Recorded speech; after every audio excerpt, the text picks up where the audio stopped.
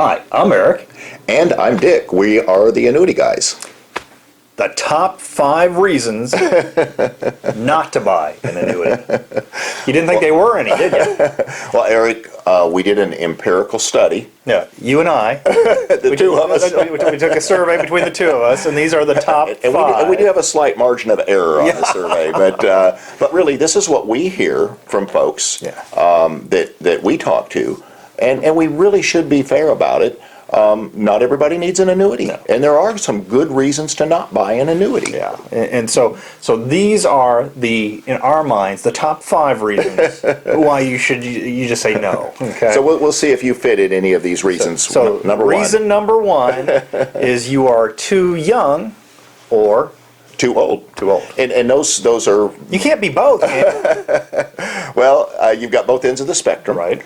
And let's talk first about those that are too young. Okay, so if I'm an infant, I'm not considered... Or 16 years old. All right. No, let's get 20... Realistic expectation, probably 25 is when you reach adulthood and you start kind of putting dollars in, thinking about retirement You've got savings. your whole life ahead of you to accumulate. And you're probably still too young for an annuity. Way too young. Yeah, you're going to want to accumulate assets.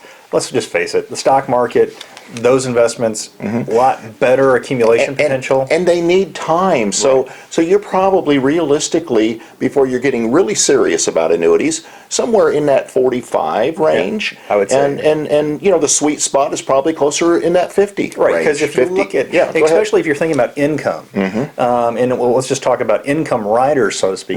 Right now, the max roll-up of what's available is right around 20 years for most of them. Yes, and some of them are 10. So in most of them 15, are 10. yes. So if you think about being 20 years before retirement, so you're 45 to really get, if you're retired at 65, to really have that expectation there to be able to have 20 years of deferral. Right, some kind of guarantee to put in place so that you're ready for retirement. Right. And in all reality, it's probably later than that. Now, on the other side of the spectrum, you're too old, and this is where we say age discrimination a little bit. There is, yes. Yeah, because oftentimes there's a value to the safety or some of the fixed returns provided from an annuity, but unfortunately, once you reach 80, 85, 80, once you hit 80, your choices start to get smaller and smaller and smaller. Dramatic change because of regulation and that sometimes annuities have been abused with older folks. Now, basically, the older folks that need the annuity, they're not even available. Right, it's not an option. So, and basically, by the time you reach age 90, I think it's about nothing. So that's kind of the two ends of the top number 1. Well, and let me throw a little twist in there. Now, sometimes when you're 80 years old, you may have a younger spouse, and this does happen quite frequently, where someone says, "Hey, maybe my wife or my husband, is, I'm 10 years their senior." And so they're still in their 70s or their 60s or somewhere in there. And that annuity money that couple owns together can be put in the younger spouse's name and get a lot of the benefits from that annuity that they're looking for, doing that. Right. And so it always has to make sense, obviously. Right.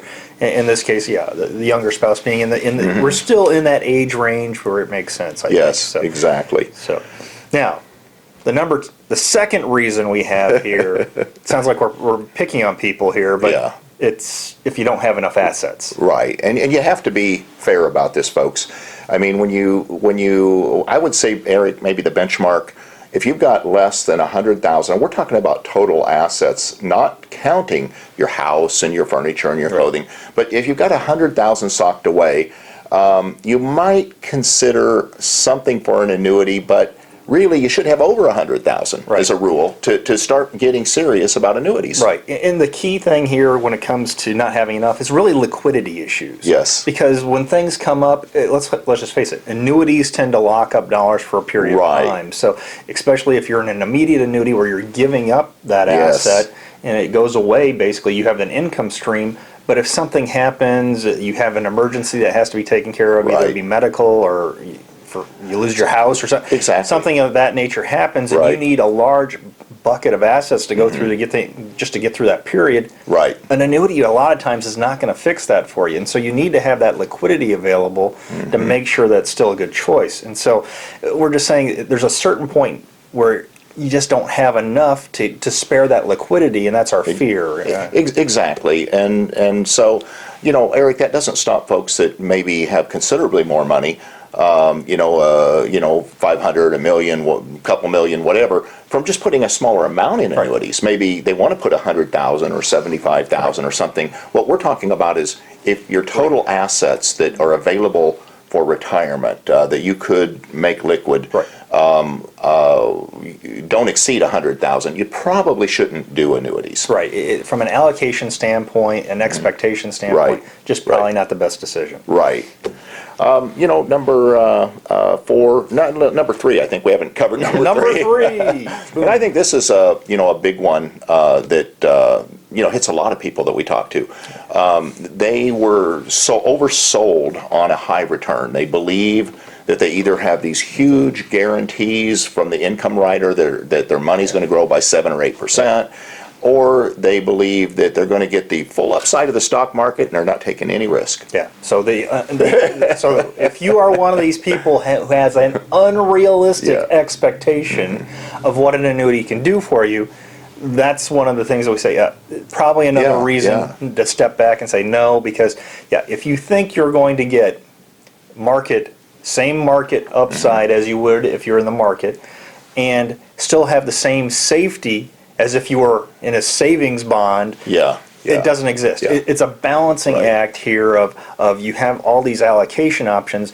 We have the ability to protect principal and get some of the market upside. Right. But how much of that is that you're going to participate in is what is often oversold to people. Exactly. And so that unrealistic expectation comes about from saying, if the market's up 20, I'm going to get 18, 19. Yeah, no, you're not. There's limiting factors in these annuities. And I think it is fair to say that the annuity is a safer option, gives you, sleep assurance. You can sleep well knowing that you're in a much safer position. And yet it can give you some reasonable level of growth. Right. And as far as market risk, you're completely insulated from market risk. So, and we have to put the caveat there, we've excluded the variable annuity from this conversation. True, exactly. Because you are at market risk. Right. And real quickly, Eric, just the differentiation. With the variable annuity, you take all of the risk for the investments within the annuity.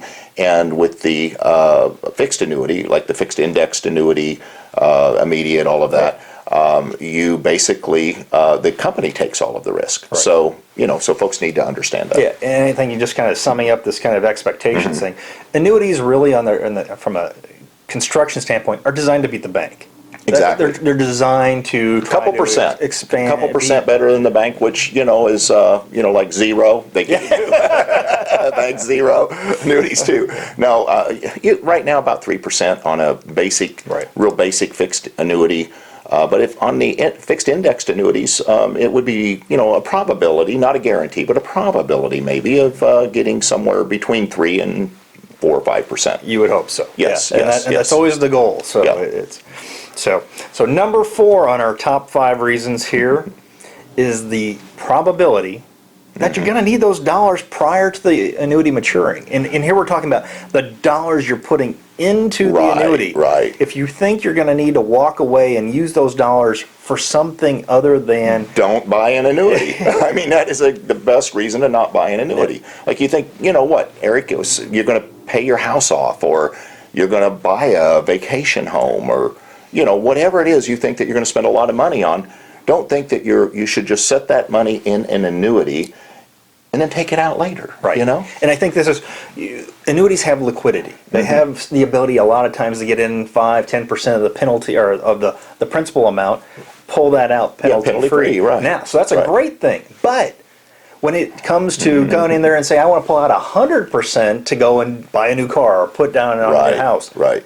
Not a good plan. Another issue in that area that folks come to us a lot for is this gap planning for income, and they want to just have an annuity that gives them 5 years of income till they get to their later years where they start taking their Social Security, and that just doesn't work well. Well, there's only one style of annuity you can utilize for that, and it's an immediate annuity, basically. It's saying, all right, hey, we're going to do it, you're going to get 5 years of income, and you're done, but the principle's gone then. And your level of return is almost zilch. Yeah. It's you'd be just as well off going to the bank. Right, and that's exactly it. So then in that exchange, you don't give up the liquidity aspect. Right.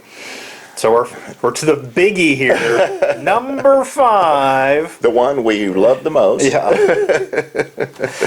And it's basically having an understanding, a reasonable understanding of how the annuity works. Yeah, and it's amazing. Now, folks, we would never expect you to know what the advisor knows, a well-informed, experienced advisor, because, this is something that we continue to study every day of our life. And unfortunately, I see guys that come in and knew more than the advisor that sold it. Yeah, exactly. Because they figured it out after the fact.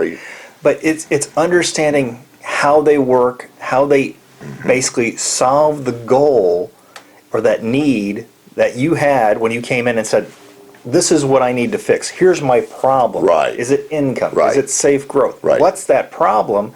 And then knowing that there's a solution and understanding how the solution works. What's the good side of it? What are the bad sides? What are the limitations here? Exactly. So at least I think folks should have a cursory understanding, a basic understanding of the index choices, how indexing works, what's at risk, what are the minimum guarantees, what are the surrenders. Go into it with your eyes open. A real plan that you understand that annuity. And don't be afraid, folks, to go back to your advisor on an annual basis and rediscuss, because you can forget some of these things. Yeah, and it's a very important that you completely understand both the pros and the cons and how you're going to utilize it when the time comes. So, Eric, are these the only 5 reasons why someone shouldn't buy an annuity? Heck no. But they are the top 5 reasons for us. There's a lot more, folks. Thank you.